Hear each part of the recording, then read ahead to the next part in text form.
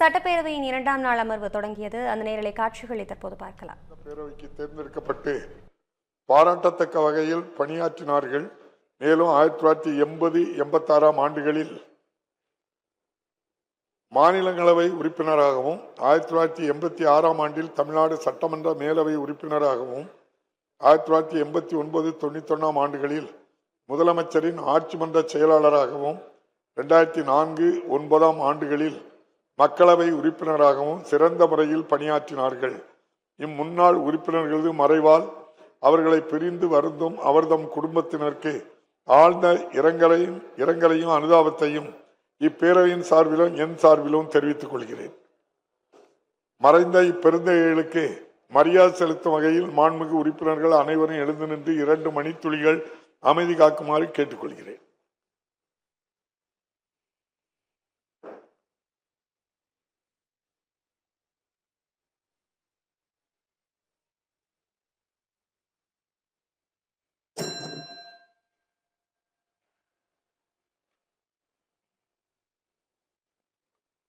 இரங்கல் தீர்மானங்கள்.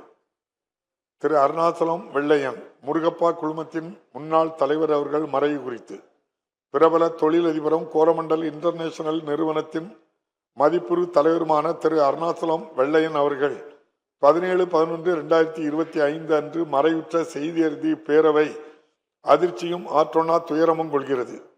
தொழில்துறையில் தனக்கென தனி முத்திரை பதித்த திரு அருணாசலம் வெள்ளையன் அவர்கள் முருகப்பா குழுமத்தின் பன்முகப்படுத்தப்பட்ட வணிகங்களை விரிவுபடுத்தியதிலும் அவற்றின் செயல்பாட்டை மேம்படுத்தியதிலும் மிக முக்கிய பங்கு வகித்த சிறப்புக்குரியவர் ஆவார்.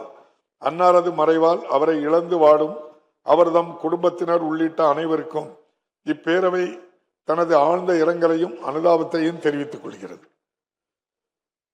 திரு ஈரோடு தமிழன்பன் என்கிற திரு ந.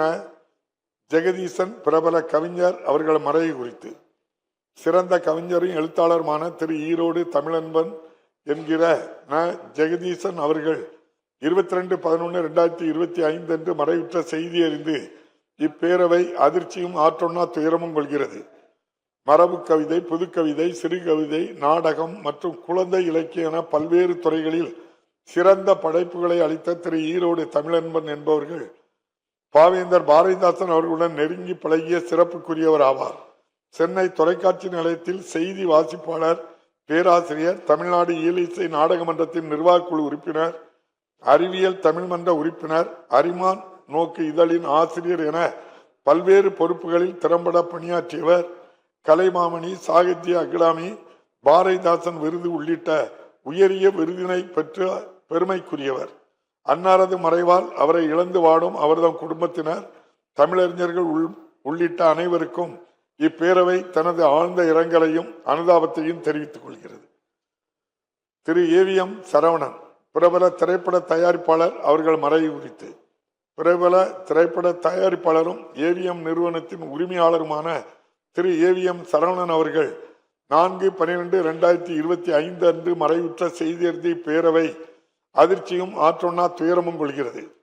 திரு ஏவிஎம் சரவணன் அவர்கள் தமிழ் திரையுலகின் முதுபெரும் ஆளுகைகளில் ஒருவராக திகழ்ந்த போதிலும் அனைவரிடத்திலும் எளிமையுடனும் பணிவுடனும் அன்போடு பழகியவர். தமிழ் திரையுலகின் பாதையை வடிவமைத்து பல முன்னோடி படைப்புகளை அளித்து வரும் ஏவிஎம் நிறுவனத்தை திறம்பட வழிநடத்தியவர்.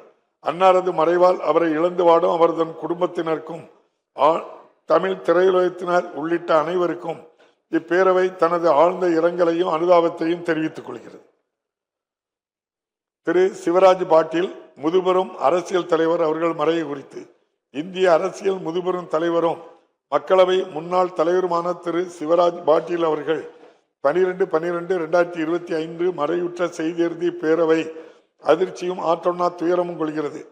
50 ஆண்டுகள் தம்மை பொது வாழ்விற்கு அர்ப்பணித்து அனுபவமிக்க அரசியல் தலைவராக திகழ்ந்த திரு சிவராஜ் பாட்டீல் அவர்கள் 7 முறை மக்களவை உறுப்பினராக சிறப்புற பணியாற்றியவர்.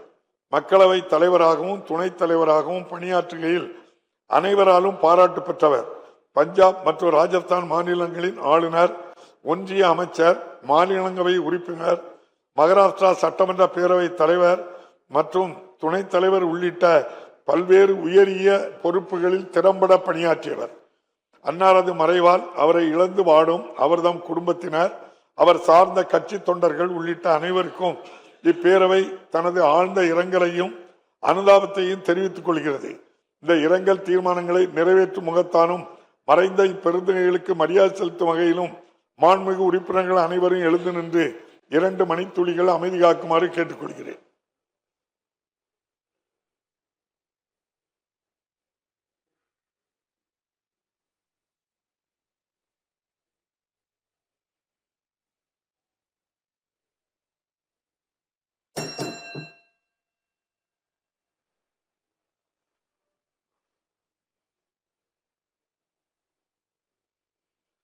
திரு கே பொன்னுசாமி சட்டமன்ற பேரவை உறுப்பினர் அவர்கள் மறைவு குறித்து 16வது தமிழ்நாடு சட்டமன்ற பேரவையின் உறுப்பினர் திரு கே பொன்னுசாமி அவர்கள் 23/10/2025 அன்று மறைவுற்ற செய்தி அறிந்து இப்பேரவை அதிர்ச்சியும் ஆற்றுண்ணா துயரமும் கொள்கிறது. திரு கே பொன்னுசாமி அவர்கள் 2006 முதல் 2011 வரையிலும் மற்றும் 2021 ஆண்டு முதல் சேந்தமங்கலம் தொகுதியிலிருந்து தமிழ்நாடு சட்டமன்ற பேரவைக்கு தேர்ந்தெடுக்கப்பட்டு சிறப்புற பணியாற்றியவர். அரசின் நலத்திட்டங்களை தனது தொகுதி மக்களுக்கு கொண்டு செல்வதில் மிகுந்த அக்கறை காட்டியவர். பழங்குடியின மக்களின் முன்னேற்றத்திற்காக அயராது பாடுபட்டவர். மேலும் சமூக தொண்டாற்றுவதில் தன்னை முழுமையாக ஈடுபடுத்திக் கொண்டவர். அன்னாரது மறைவால் அவரை இழந்து வாடும் அவர்தம் குடும்பத்தினர் உள்ளிட்ட அனைவருக்கும் இப்பேரவை தனது ஆழ்ந்த இரங்கலையும் அனுதாபத்தினையும் தெரிவித்துக் கொள்கிறது. இந்த இரங்கல் தீர்மானத்தை நிறைவேற்றும் முகத்தானும் மறைந்த இப்பெருந்தகைக்கு மரியாதை செலுத்தும் வகையிலும் மாண்புமிகு உறுப்பினர்கள் அனைவரையும் எழுந்து நின்று 2 மணித்துளிகள் அமைதி காக்குமாறு கேட்டுக்கொள்கிறேன்.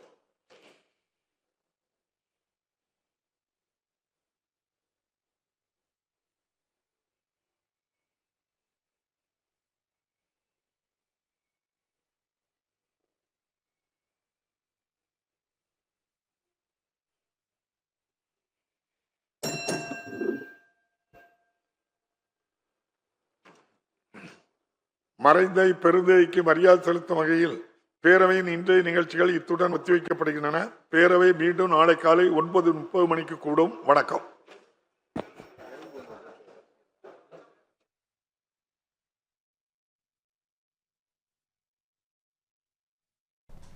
சட்டப்பேரவையின் 2ஆம் நாள் அமர்வு தொடங்கி நடைபெற்றது. அந்த நேரலை காட்சிகளை தற்போது நாம் பார்த்தோம்.